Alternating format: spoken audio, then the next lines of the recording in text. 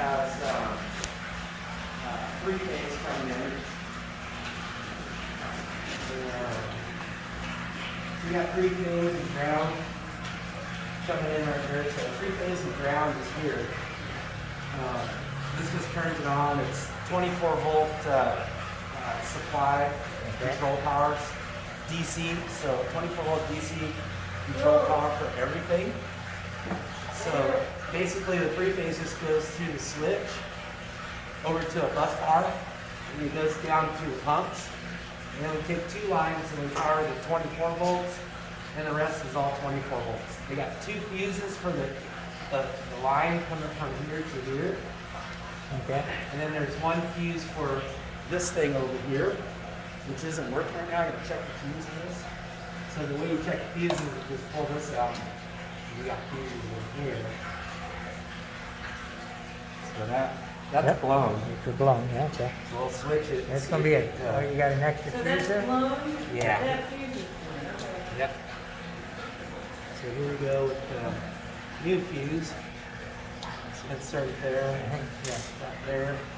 We turn it on with the cabinet open. And then when you turn it on, this pump turns on. Just want to make sure we got some of this. So this thing, normally this would be a 1/4 amp here, Okay. and this green light would be on, but for some reason this electrode is out, I guess. You must blew that fuse again. Yeah, it's shorted out, so it's probably shorted. We're actually working on, we actually have a better unit now that's more, that can withstand more heavy duty use, you know, like if you have power outage surges, stuff like that. This is stronger now with our newer machines. We have a 110 outlet here on the side, just hooked into the fuse coming out here. Okay. The neutral into the ground, so it's grounded. 110. This is the air pump. So the air pump has an air head in here. There's one in there, and there's one out in the pit out there. So you don't need Where air is it? compressor at all? Where is there? It should be in the tank over there, the blue line, Okay. in the back of the green tank. All right, okay. So it's down there. And then these valves actually control the air to the 3 air heads. Okay. So this is what we use instead of ozone, basically. Like it's just oxygen. So anytime anaerobic bacteria touches any kind of oxygen or air, it dies. So we make sure that the bacteria touches the air all the time. So this thing circulates all the water through the entire system 15 minutes every half an hour. And that's this timer right here. So it's like 0.5 of 1 hour, and this is 0.2 of 1 hour. So it's like a 1/4 hour, half an hour the timer. The other one is a back flush. So every 5 minutes it does like a 10-second back flush when there's a demand. So when there's no demand, it's just on standby. Okay. If you want to trigger the back flush, I think you can trigger it manually like this. Only when there's a demand on it. Oh, you click the little red, you click the red thing on? Yeah, but I think it has to have a demand, so we can create a demand with the carbon filter back flush. This right here will create a demand, so it'll use reclaimed water to flush it out. And then holding these 2 buttons right here will initiate a back flush of this. And it should do this once a day at like 2 o'clock in the morning. You know, when nobody's around, it should just So back that's flush. automatic?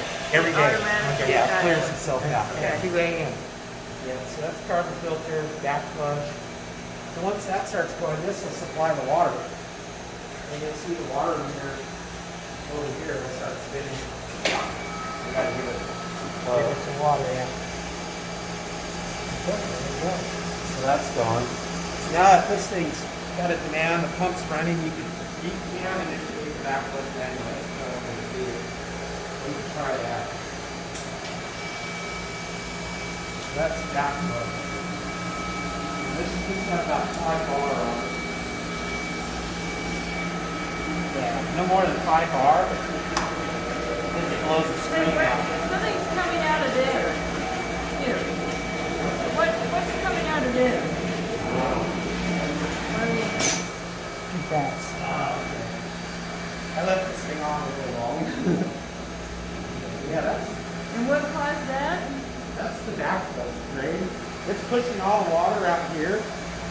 down the drain pipe, but it looks like That's the drainage.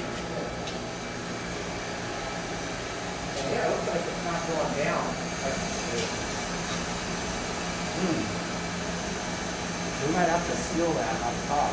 Force it down. I was wondering where that was coming from, but now I see where that water's coming from. I thought it was just a little bit, but it's quite a bit. That's coming from the back there. Usually it just goes downhill to the tank, but You have a, yeah, that's the first time it's And why is it not going down to the tank, do you think? Good question. It's probably got water just right up to it, so it's just the water level.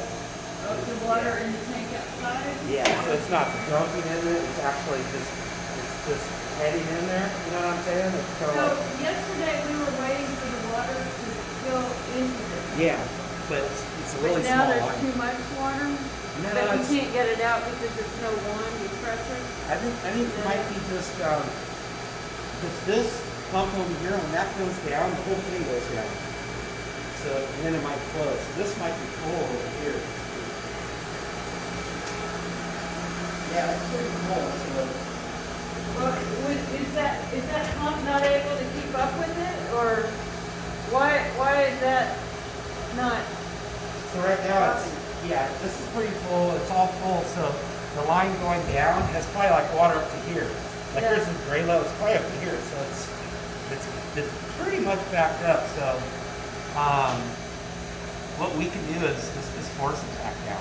If we seal the top on that, actually put a fitting on there, with all lines going in, then it would just go down, force it down. So this is higher. But yeah, we're just pushing air and everything else in there, so it's burping. Yeah, it's just burping back up. So that's interesting. Let's see if I can seal that.